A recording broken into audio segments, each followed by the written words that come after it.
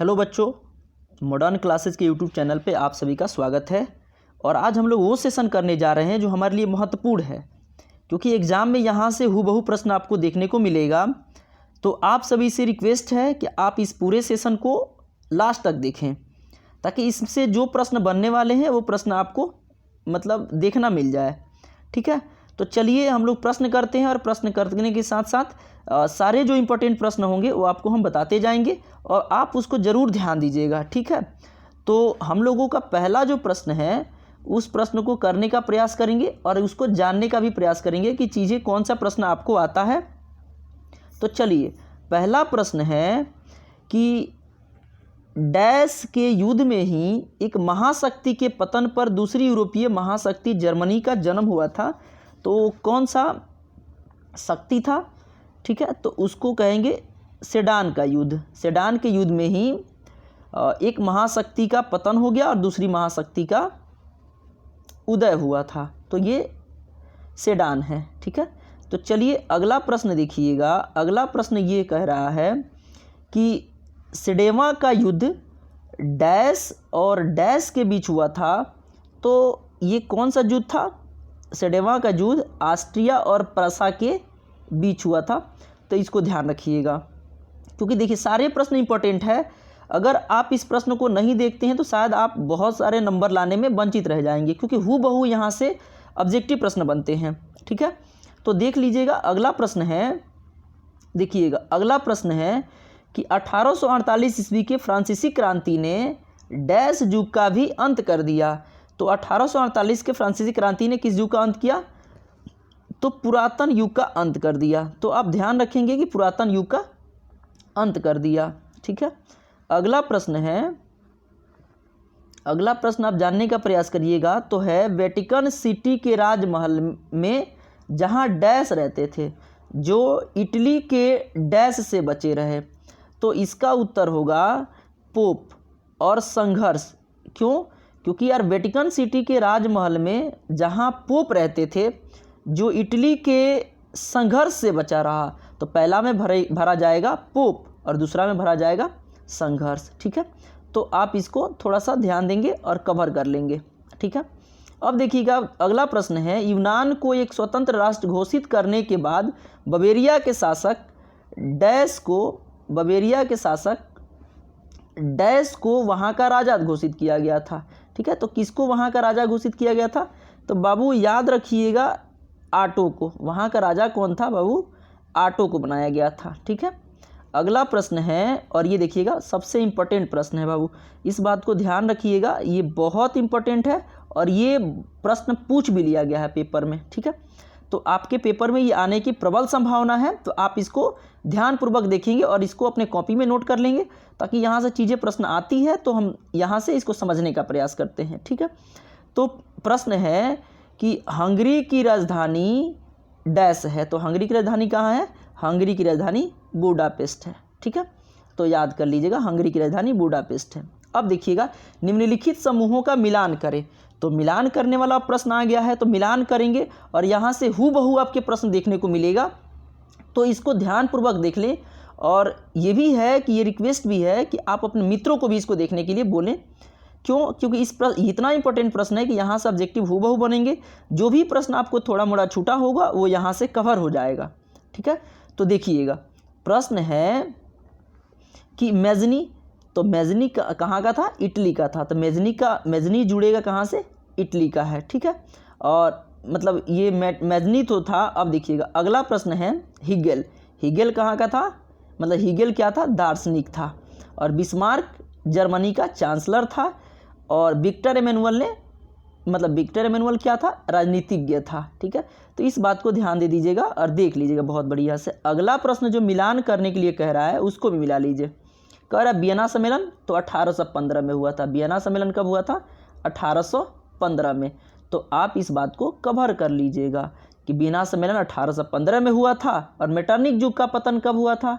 1848 में। तो यहाँ से डेट वाले प्रश्न भी याद कर लीजिएगा, क्योंकि डेट वाले प्रश्न भी पूछे जाते हैं। ठीक है, तो अगला बात हम देखेंगे। अगला बहुत ध्यान से देख लीजिएगा, ये भी प्रश्न है, सारे प्रश्न आपके लिए इंपॉर्टेंट है। और है इटली का एकीकरण। तो इटली का एकीकरण कब हुआ था? तो इटली का एकीकरण हुआ था 1871 में, और सेडान युद्ध कब हुआ था? 1870 में। तो यहाँ 2 डेट वाले प्रश्न हैं, इसको भी देख लीजिएगा। अब थोड़ा सा हम लोग फिर करेंगे मिलान की तरफ, ये मिलान वाले ही प्रश्न हैं। तो मिलान करने जाएंगे तो कोसुत, कोसुत कौन था? हंगरियन राष्ट्रवादी नेता। तो कोसुत है हंगरियन राष्ट्रवादी नेता। और एड्रियानोपुल की संधि कब हुआ था? तो एड्रियानोपुल की संधि कब हुआ था? 1829 ईस्वी में। यूनान की स्वतंत्रता कब हुआ था? 1832 ईस्वी में। और पोलैंड में आंदोलन कब? 1830 ईस्वी में। तो मेरा कहना है कि आप अगर आपको यहाँ से वीडियो से कवर नहीं होता तो वीडियो को पॉज करें, फिर इसको लिख लें। और ये उत्तर सारे सारे प्रश्न इंपॉर्टेंट है, क्योंकि आपके पेपर में प्रश्न आता है और आने की प्रबल संभावना है। तो कोशिश करिए कि आप इस सारे बात को कवर करें, ठीक है। अगर वीडियो एक बार में समझ में नहीं आता है, 2 बार 3 बार देख के ही इसको कवर करें, लेकिन कवर कर लें, ठीक है। तो देखिएगा अगला प्रश्न जो है, अगला प्रश्न आपको बताते हैं कि रूसी क्रांति के समय शासक था। तो रूसी क्रांति के समय कौन शासक था? तो मेरे भाई रूसी क्रांति के समय जो शासक था जार निकोलस द्वितीय। याद कर लीजिएगा, रूसी क्रांति के समय शासक जार निकोलस द्वितीय था, ठीक है। अब अगला प्रश्न है, बोल्शेविक क्रांति का नेतृत्व किसने किया था? तो बोल्शेविक क्रांति का नेतृत्व लेनिन ने किया था। बोल्शेविक क्रांति का नेतृत्व किसने किया था? लेनिन ने किया था। तो बोल्शेविक क्रांति का नेतृत्व किसने किया था? लेनिन ने किया था, ठीक है। अगला प्रश्न दिया है जो अति इम्पोर्टेंट है, वो है नई आर्थिक नीति डैश ईस्वी में लागू हुआ था। तो नई आर्थिक नीति याद कर लीजिएगा, मन में रख लीजिएगा, नई आर्थिक नीति 1921 ईस्वी में हुआ था, ठीक है। 1921 ऐसे भी याद कर लेंगे, तो 1921 में हुआ था।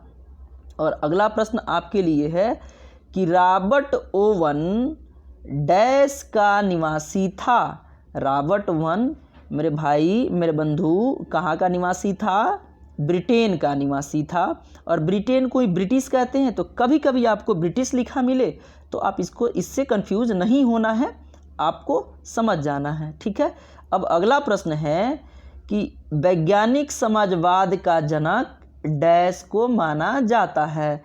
तो वैज्ञानिक समाजवाद का जनक कौन है? तो मेरे बंधु मेरे भाई, आप वैज्ञानिक समाजवाद का जनक कार्ल मार्क्स को माना जाता है। यहाँ से एक प्रश्न निकलता है कि इनमें से कौन यूटोपियन समाजवादी नहीं था? तो यूटोपियन समाजवादी कार्ल मार्क्स नहीं था। और कार्ल मार्क्स की एक पुस्तक का नाम है दास कैपिटल, ठीक है, जिसे समाजवादियों का बाइबिल कहा जाता है। तो इसको भी आप याद रखिएगा। और ये इम्पोर्टेंट प्रश्न है और बहुत इम्पोर्टेंट प्रश्न है, यहाँ से देखिएगा। ये प्रश्न है कि दास कैपिटल, तो अभी आपको बता के गए कि दास कैपिटल किसने लिखा था? कार्ल मार्क्स ने लिखा था। और चेका क्या था बाबू? उस समय का गुप्त पुलिस संगठन था। तो चेका गुप्त पुलिस संगठन था। और नई आर्थिक नीति किसने लागू किया था? लेनिन ने। कब? 1921 ईस्वी में। अभी आपको बता के गए कि 1921, तो आप इससे याद कर लीजिएगा। अगला प्रश्न है कि कार्ल मार्क्स की मृत्यु कब हुई थी? तो कार्ल मार्क्स की मृत्यु मेरे बंधु 1883 में हुई थी। जबकि अगर कहीं आपसे जन्म पूछ ले तो 1818 ईस्वी बता दीजिएगा, वहाँ उत्तर लिख दीजिएगा 1818, ठीक है। चलिएगा अगला प्रश्न है। अगर देखिएगा कि एक ये भी प्रश्न देख लीजिए, ये भी प्रश्न आपके लिए इम्पोर्टेंट है। स्टालिन की मृत्यु कब हुई थी? तो स्टालिन की मृत्यु 1953 में हुई थी। स्टालिन की मृत्यु 1953 में हुई थी। चलिए अब हम देख लेते हैं। एक बात याद रखिएगा कि अगर आप मेहनत से नहीं करते हैं और मेहनत से और ये वीडियो देखने में डर जाते हैं, तो बाबू ये चीज़ है कि आप अपने परीक्षा में बहुत सारे नंबर लाने से वंचित रह जाएंगे। तो मेरा कोशिश यही है कि आपको वही चीज़ बताया जाए जो आपके परीक्षा के दृष्टिकोण से बहुत महत्वपूर्ण है। तो महत्वपूर्ण प्रश्न ही करने चल रहे हैं, देखिएगा। और हम कहते हैं कि यूट्यूब के इतिहास में पहला बार जो कि बहुत सारे टीचर जो होते हैं जो फिल इन द ब्लैंक को नहीं करा पाते हैं, क्योंकि भूल चूक से उनके भूल जाते हैं। तो इसलिए यहाँ से जो प्रश्न ऑब्जेक्टिव में बनने वाले हैं वो प्रश्न यहाँ से आप करने से कवर हो जाएगा, ठीक है। तो देखिएगा, प्रश्न है आपका, प्रश्न हम बता दें कि 12वीं शताब्दी में राजा सूर्यवर्मन द्वितीय ने डैश का निर्माण करवाया था। तो कौन सा मंदिर था बाबू? वो मंदिर था अंकोर वाट का मंदिर। और अंकोर वाट का मंदिर कहाँ स्थित है? कंबोडिया में स्थित है। ये प्रश्न ये भी बनते हैं। और अंकोर वाट का मंदिर पूछा जाता है कि किस देवता का है? तो अंकोर वाट का मंदिर विष्णु भगवान का है। तो विष्णु भगवान भी याद रखिएगा। और आपके लिए अगला प्रश्न जो है काफ़ी इम्पोर्टेंट है, देख लीजिएगा। डैश समझौता ने पूरे वियतनाम को 2 हिस्सों में बांट दिया। तो कौन सा युद्ध था या कौन सा समझौता था? तो सबसे पहले समझौता जो था जेनेवा समझौता था। और एक बात याद रखिएगा, समझौता तब होता है जब युद्ध होता है, ठीक है। तो ये भी बात याद रखिएगा। अब अगला प्रश्न है, याद रखिएगा, हो चिन मिन का दूसरा नाम डैश था। तो आपने पढ़ा भी होगा और आपको याद भी होगा कि हो चिन मिन का दूसरा नाम क्या था? न्यू गन आई चोट। कौन था? न्यू गन आई चोट था। तो ये भी नाम याद रखिएगा। अब देखिएगा, अगला प्रश्न है, दिएन बिएन फू युद्ध में डैश बुरी तरह से हार गए थे। तो दिएन बिएन फू युद्ध में कौन हार गया था बुरी तरह से बाबू? याद करिए, फ्रांस। तो इस बात को देख लीजिएगा। अब अगला प्रश्न है, अनामी दल का संस्थापक डैश था। तो अनामी दल का संस्थापक कौन था? जोनग्यून आई। जोनग्यून आई। तो जोनग्यून आई को भी याद रखिएगा, अनामी दल का शासक था, ठीक है। और अगला हम लोग फिर से मिलान वाले प्रश्न पे आएंगे। नहीं, मिलान वाले नहीं हैं बल्कि फिल इन द ब्लैंक्स ही हैं। तो इसको करने का प्रयास करते हैं। तो देखिएगा, प्रश्न जो है, प्रश्न फिर से हम आपको बता देते हैं। प्रश्न ध्यान रखिएगा और अपने कॉपी में लिखते चले जाइएगा। ये प्रश्न है कि बाल गंगाधर तिलक और डैश ने होम रूल लीग आंदोलन की शुरुआत की थी। तो होम रूल लीग आंदोलन की शुरुआत कौन किया था? बाल गंगाधर तिलक तो थे ही, लेकिन उनके साथ थी एनी बेसेंट, ठीक है। तो इसको भी याद कर लीजिए। और अगला प्रश्न है, ध्यान से देखिएगा, अगला प्रश्न है, डैश फरवरी डैश को डैश आंदोलन स्थगित हो गया। तो 12 फरवरी 1922 को असहयोग आंदोलन स्थगित हो गया। तो 12 फरवरी 1922 को कौन सा आंदोलन हुआ था? चौरा चौरी कांड हुआ था। तो ये भी याद रखिएगा कि उस समय जब चौरा चौरी कांड हुआ था तो गांधी जी ने असहयोग आंदोलन को रोक दिया था, ठीक है। अब देखिएगा, और 19 नंबर प्रश्न है, खिलाफत आंदोलन के नेता कौन थे? तो बता दीजिए, खिलाफत आंदोलन के नेता कौन थे? तो महात्मा गांधी थे। चलिए, इसका उत्तर आगे आपको मिल जाएगा। देखिएगा, हम आपको दिखा भी देते हैं, ध्यान से देख लीजिए। और ये सारे प्रश्न आपके लिए इम्पोर्टेंट होने वाले हैं। तो देखिएगा, तो ये कौन थे बाबू? खिलाफत आंदोलन के नेता कौन थे? तो खिलाफत आंदोलन के नेता महात्मा गांधी थे, ठीक है। तो ये भी ध्यान रखिएगा। और बहुत महत्वपूर्ण प्रश्न है आप सभी के लिए। तो अगर आपको वीडियो पसंद आता है तो लाइक कर दें। और देखिएगा, जिनको मतलब इसका PDF चाहिए वो हमारे टेलीग्राम से जुड़ जाएं। और वो टेलीग्राम का लिंक डिस्क्रिप्शन में दिया हुआ है, ठीक है। अब देखिएगा, अगला मतलब 20 नंबर प्रश्न करने जा रहे हैं। और 20 नंबर प्रश्न में क्या दिया है उसको देख लें। वो प्रश्न है, साइमन कमीशन के डैश थे। तो साइमन कमीशन के अध्यक्ष कौन थे? तो साइमन कमीशन के अध्यक्ष थे सर जॉन साइमन। क्योंकि यहाँ साइमन कमीशन ही है तो साइमन ही करेंगे। ये तो बात सही है, तो सर्जन साइमन, ये भी याद कर लीजिएगा, इंपॉर्टेंट प्रश्न है। और देखिए ये हमारे चौथा लेसन का प्रश्न है, जो इतिहास का चौथा लेसन है, भारत का राष्ट्रवाद। और भारत के राष्ट्रवाद में जितने प्रश्न होते हैं सारा इंपॉर्टेंट होते हैं। तो मेरा पहले ही रिक्वेस्ट है, हम पहले बता देते हैं, अगर आपको इसकी जानकारी ना हो तो जो चौथा लेसन का ऑब्जेक्टिव हो या सब्जेक्टिव हो उसको बहुत ध्यान से पढ़ के जाइए, आपको प्रश्न पेपर में देखना मिलेगा, ठीक है। तो अगला प्रश्न है कि भारतीय राष्ट्रीय कांग्रेस के पहले अध्यक्ष डैश थे। तो भारतीय राष्ट्रीय कांग्रेस के पहले अध्यक्ष कौन थे? व्यमेश चंद्र बनर्जी थे। कौन थे बाबू? व्यमेश चंद्र बनर्जी, या इन्हीं को कहा जाता है WC बनर्जी, ठीक है। अब देखिएगा प्रश्न है कि डैश में कर के विरोध में आंदोलन आरंभ हुआ था। तो फरवरी 1900, प्रश्न देखिएगा, प्रश्न डैश में डैश कर के, कर मतलब क्या होता है बाबू? जो कृषि करते वक्त जो लगान दिया जाता है उसको कर कहते हैं, ठीक है। तो ये कब हुआ था? फरवरी 1928, मतलब पहला में भर देंगे क्या? फरवरी 1928, और डैश में क्या भर देंगे? कृषि कर। कौन सा कर था? कृषि कर के विरोध में आंदोलन हुआ था, ठीक है। अब देखिएगा अगला प्रश्न है कि डैश अप्रैल डैश को अखिल भारतीय किसान सभा का गठन हुआ। देखिए ये डैश जो है ये डैश नहीं है, ये गलती से टाइप हो गया है, ठीक है। तो देखिएगा, तो ये क्या है कि 11 अप्रैल और 1936 को अखिल भारतीय किसान सभा का गठन हुआ था, ठीक है। तो इसको भी देख लीजिएगा। अब प्रश्न है कि उड़ीसा में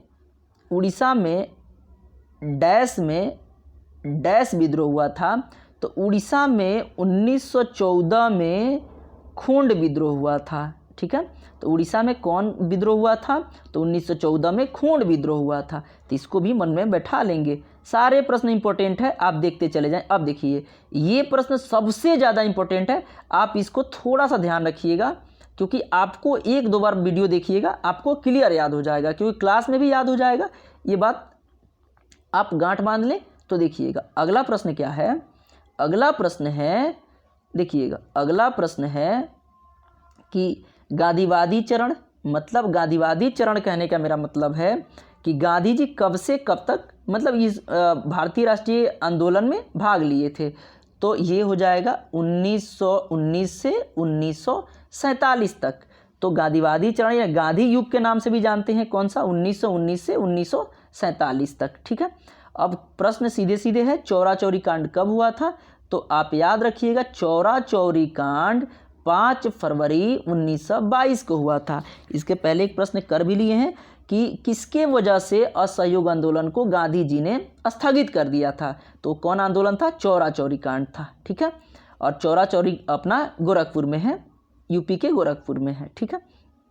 अब देखिएगा कांग्रेस के प्रथम अध्यक्ष कौन थे? तो सबसे पहले यहाँ जान लीजिएगा कि कांग्रेस, मतलब ये भारतीय राष्ट्रीय कांग्रेस की स्थापना 1885 ईस्वी में हुई थी, और इसके प्रथम अध्यक्ष कौन थे? व्यमेश चंद्र बनर्जी थे, ठीक है।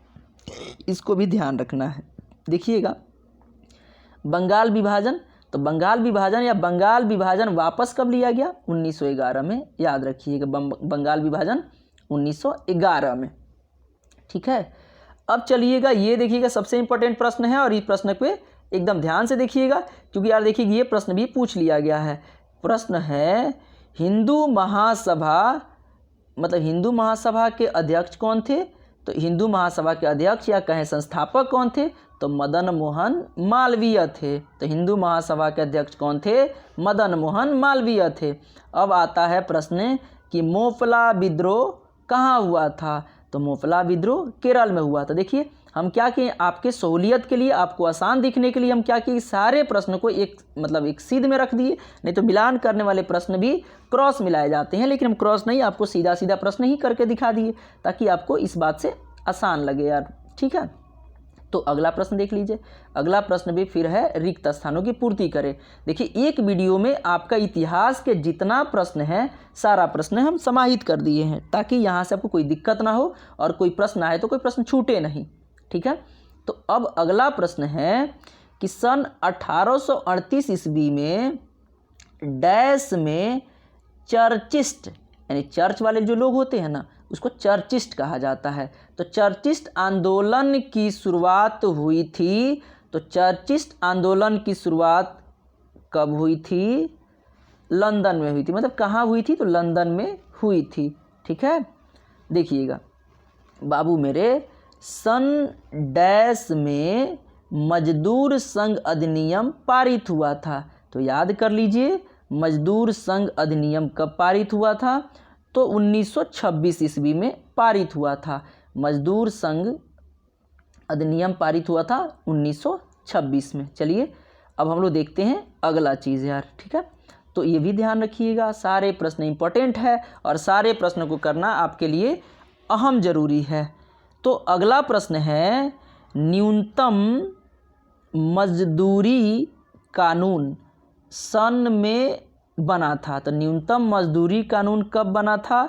तो मेरे बंधु न्यूनतम मजदूरी कानून 1948 ईस्वी में बना था। ठीक है, अगला प्रश्न है अंतर्राष्ट्रीय श्रमिक संघ।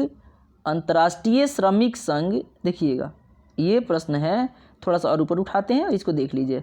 अंतर्राष्ट्रीय श्रमिक संघ की स्थापना डैश ईस्वी में हुई थी। तो याद कर लीजिएगा कि अंतर्राष्ट्रीय श्रमिक संघ की स्थापना 1919 ईस्वी में हुई थी। कभी कभार 1920 देता है, लेकिन इसका एग्जैक्ट डेट होगा 1919 में। तो आप दोनों को भी ध्यान में रखिएगा, अगर कहीं 1920 लिखा मिल गया तो आप 1920 को भी टिक कर सकते हैं। ठीक है, तो ये देखिएगा अगला प्रश्न है, अगला प्रश्न को भी ध्यान दीजिएगा।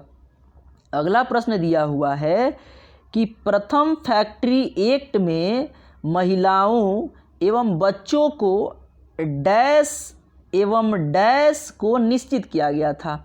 तो जो प्रथम फैक्ट्री एक्ट लागू हुआ था तो क्या क्या निश्चित किया गया था?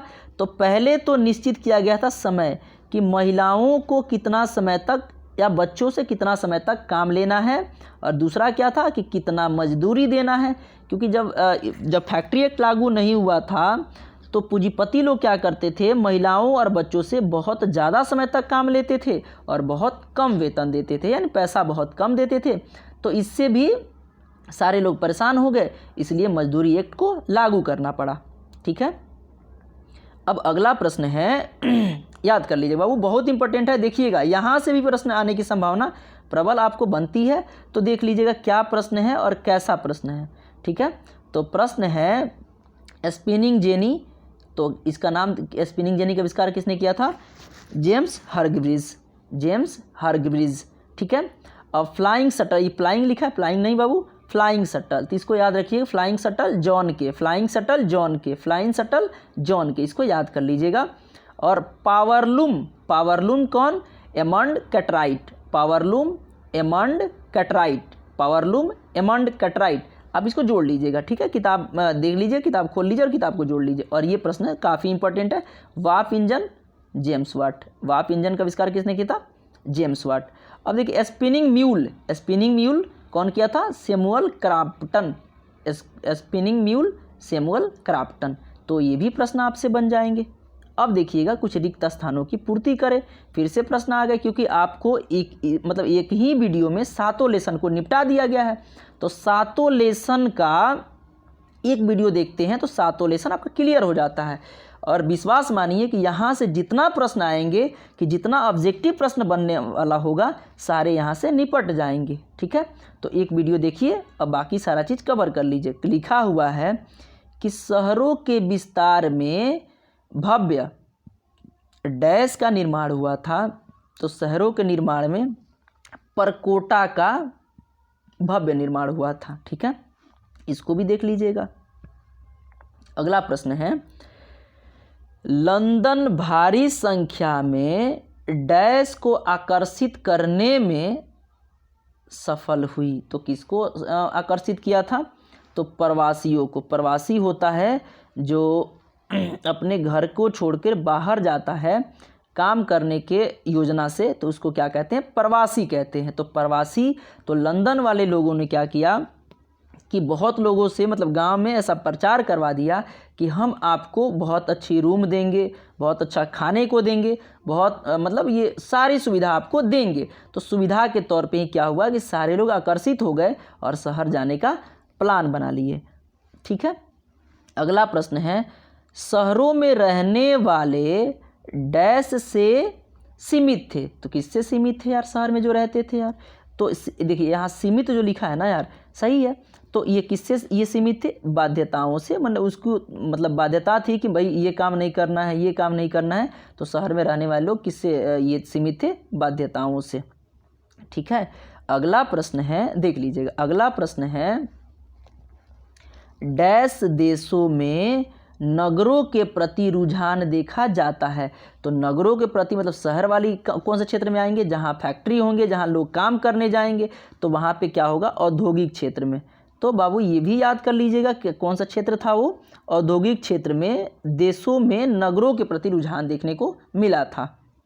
ठीक है, अगला प्रश्न है कि देखिएगा अगला प्रश्न क्या है, डैश के द्वारा निवास तथा आवासीय पद्धति, जन यातायात के साधन, जन स्वास्थ्य इत्यादि के उपाय किए गए थे। तो डैश के द्वारा, तो किसके द्वारा ये सारा चीज़ किया गया था उपाय?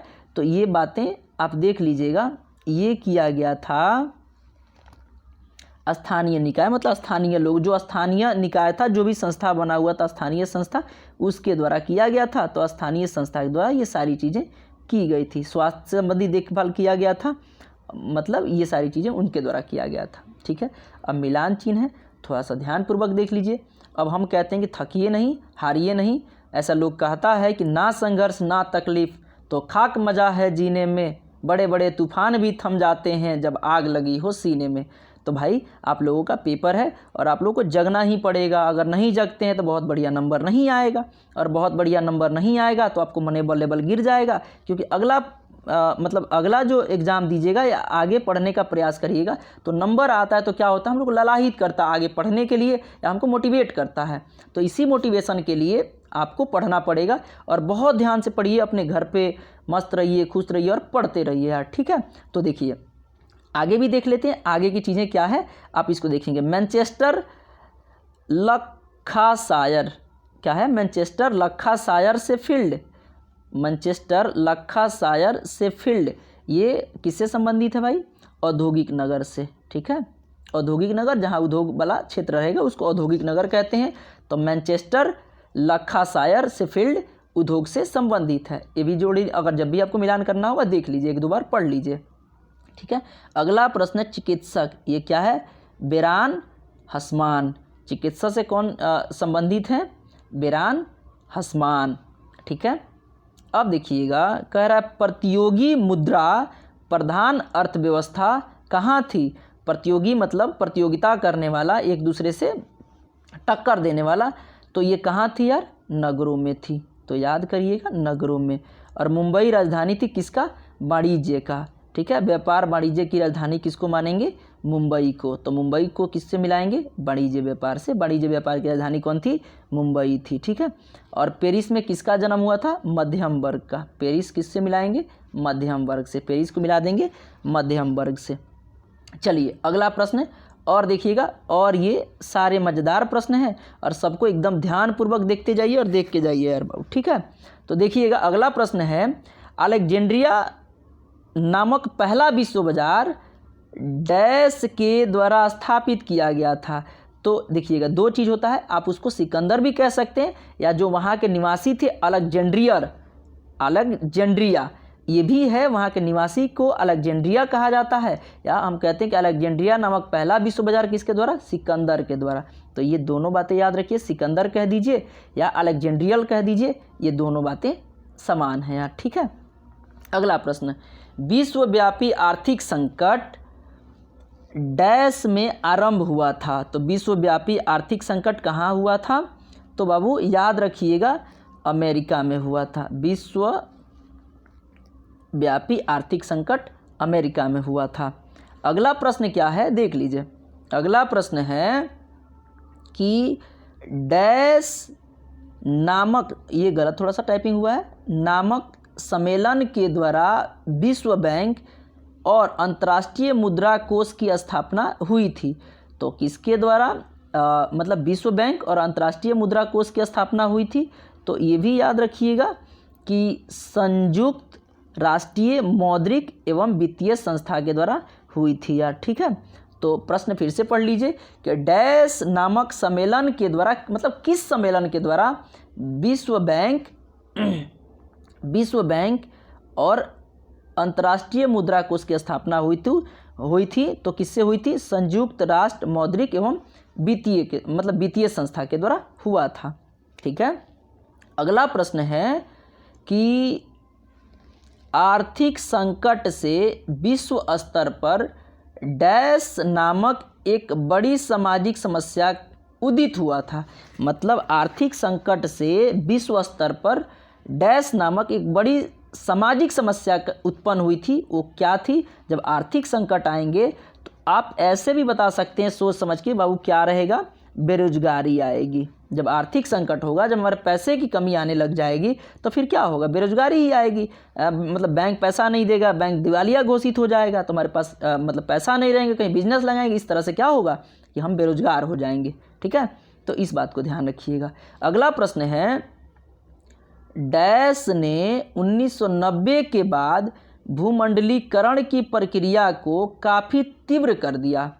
तो कौन कर दिया बाबू? उदारीकरण। क्या है? उदारीकरण, याद रखिएगा, उदारीकरण, ठीक है। अगला प्रश्न यार, अगला प्रश्न है, अब मिलान करने वाला है तो फिर इसको मिला लिया जाए। और मिला के बहुत ध्यान से देख लीजिए। औद्योगिक क्रांति कहाँ हुई थी? इंग्लैंड में। सबसे पहले उद्योग लाने का श्रेय किसको दिया जाता है? इंग्लैंड को। इसलिए औद्योगिक क्रांति कहाँ हुई थी? इंग्लैंड, ठीक है। तो ये भी बात आपको जानना चाहिए। ये अच्छी बातें हैं, इसको देख लीजिएगा, याद कर लीजिएगा। देखिए और भी फिल इन द ब्लैंक्स की तरफ से प्रश्न है, उसको भी देख लीजिए। प्रश्न है कि हिटलर का उदय, क्योंकि हिटलर कहाँ का था? जर्मनी का, तो उदय तो वहीं ही होगा, मतलब वहाँ ही तो हिटलर का उदय होगा। तो हिटलर का उदय कहाँ? जर्मनी में। विश्व आर्थिक मंदी कब हुई थी? विश्व आर्थिक मंदी हुई थी 1929 में। और इसी समय क्या हुआ था? इंडियानोपुल की संधि हुई थी। ये भी याद कर लीजिएगा। विश्व बैंक की स्थापना कब हुई थी? 1944 में। ये सारे प्रश्न इंपॉर्टेंट है, आपको ध्यानपूर्वक इसको देख लेना चाहिए, याद कर लेना चाहिए, ताकि ये प्रश्न में आपको देखना मिलेगा, ठीक है। मतलब पेपर में ये जो प्रश्न आएंगे वही प्रश्न इंपॉर्टेंट है। ये सारे प्रश्न यहीं से प्रश्न बनते हैं। और आप क्या करते हैं कि जब पेपर में जाते हैं और केवल चीज़ें ऑब्जेक्टिव करके जाते हैं, फिल इन द ब्लैंक्स नहीं करके जाते हैं, तो आप देखते हैं तो आपको दिमाग चकाचौंध हो जाता है, आखिर ये प्रश्न आया कहाँ से है। तो वही बात है, वही बात आपको समझा रहे हैं कि बाबू आप देख लीजिए इसको बहुत ध्यान से। अगला प्रश्न यार देखिएगा, प्रश्न दिया है कि भूमंडलीकरण की शुरुआत 1990 के बाद के दशक में शुरू हुआ था। तो भूमंडलीकरण की शुरुआत 1990 के बाद के दशक में शुरू हुआ था। विश्व बाजार की शुरुआत कब हुई थी? तो ये प्राचीन काल से ही चल रही है। विश्व बाजार की शुरुआत प्राचीन काल से ही होती आ रही है, ठीक है। अब देखिएगा, निम्नलिखित में रिक्त स्थानों को भरें। तो रिक्त स्थान को भर दीजिए। तो क्या भरिएगा बाबू? देखिएगा प्रश्न है 1904-05 के रूस जापान युद्ध में किसकी विजय हुई थी? ठीक है, तो रूस और जापान के बीच में हुआ था, जिसमें आप कह सकते हैं कि खूनी रविवार वाली जो घटनाएं पढ़े थे। तो खूनी रविवार में क्या होता है कि एक बड़ा देश रूस है जो क्या होता है, जापान से हार जाता है। तो मतलब जार के सैनिकों ने उस पर गोलियां चलवाना शुरू कर दिया है और उस दिन खूनों की बारिश होती है, तो उसी को खूनी रविवार के नाम से जानते हैं। तो उसी के तौर पे आपको याद करना है कि हार कौन गया था, तो किसकी विजय हुई थी? तो रूस की विजय हुई थी। चलिए अगला देखिएगा। अगला प्रश्न है, फिरोज शाह मेहता ने डैश का संपादन किया था। तो फिरोज शाह मेहता ने किसका संपादन किया था? तो मुंबई कनिकल का संपादन किया था। फिरोज शाह मेहता ने मुंबई कनिकल का संपादन किया था, ठीक है। अगला प्रश्न है कि वर्नाक्यूलर प्रेस एक्ट डैश ईस्वी में पास किया गया था। तो वर्नाक्यूलर प्रेस एक्ट कब हुआ था? 1878 में। और यहाँ से एक प्रश्न बनता है कि वर्नाक्यूलर प्रेस एक्ट से बचने के लिए कौन सी पत्रिका अपनी भाषा बदल दी? तो उसको क्या कहते हैं? अमृत बाजार पत्रिका, या उसी को कहते हैं ABP। ठीक है, तो आज उसको क्या नाम देते हैं? ABP। तो याद कर लीजिएगा, अमृत बाजार पत्रिका वर्नाक्यूलर प्रेस एक्ट से बचने के लिए कौन सी पत्रिका अपनी भाषा बदल दी थी? तो उसका नाम ABP या अमृत बाजार पत्रिका, और अमृत बाजार पत्रिका का शॉर्ट नेम है ABP, जो आज ABP न्यूज़ आप देखते हैं। ठीक है, तो ये भी ध्यान रखिएगा। देखिएगा, सारे प्रश्न इंपॉर्टेंट है, आपको बहुत मज़ा आएगा। एक बार देख तो लीजिए, उसके बाद बताइएगा कि हाँ, कि मज़ा आ रहा था कि नहीं मज़ा आ रहा था। ठीक है, तो देखिएगा, प्रश्न है भारतीय समाचार पत्रों के मुक्तिदाता के रूप में डैश को विभूषित किया गया है। तो देखिएगा, भारतीय समाचार पत्रों के मुक्तिदाता मतलब किसने दिया था? तो उसका क्या होगा? चार्ल्स मेटकॉफ को कहा जाता है, चार्ल्स मेटकॉफ को कहा जाता है। ठीक है, तो ये भी ध्यान रखिएगा। अगला प्रश्न है, देखिएगा कि प्रश्न है अल हिलाल का संपादन डैश ने किया था? तो अल हिलाल का संपादन किसने किया था? मौलाना अब्दुल कलाम आज़ाद। तो अल हिलाल का संपादन डैश ने किया था? कौन किया था? मौलाना अब्दुल कलाम आज़ाद ने किया था। ठीक है, फिर आता है फिल इन द ब्लैंक्स की बारी। तो मेरे बंधु फिल इन द ब्लैंक्स फिर से कर ले और इसको जान ले कि जेम्स अगस्ता खिकी किसका संपादन किया था?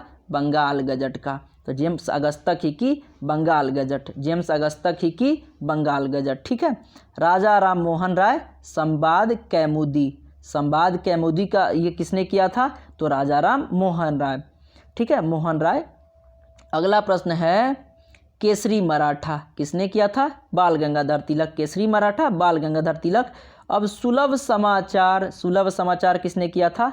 केशव चंद्र सेन ने, केशव चंद्र सेन ने, केशव चंद्र सेन ने। अब देखिए बंगाली पत्रिका था, बंगाली पत्रिका को किसने लिखा था? सुरेंद्रनाथ बनर्जी। बंगाली पत्रिका को किसने लिखा था? सुरेंद्रनाथ बनर्जी। ठीक है, अब देखिएगा अगला जो प्रश्न है उसको भी देखते हैं और उसको भी जानने का प्रयास करते हैं कि आखिर कौन था। ठीक है, तो इस प्रश्न को शायद हम लोग कर गए हैं। ठीक है, तो इतना ही प्रश्न था और आज के लिए बस इतना ही।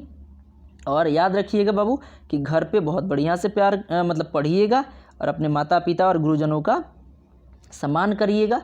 बस इतना ही कहना है और फिर हम लोग अगले वीडियो के साथ कल मिलेंगे। तो दैट्स ऑल, थैंक यू।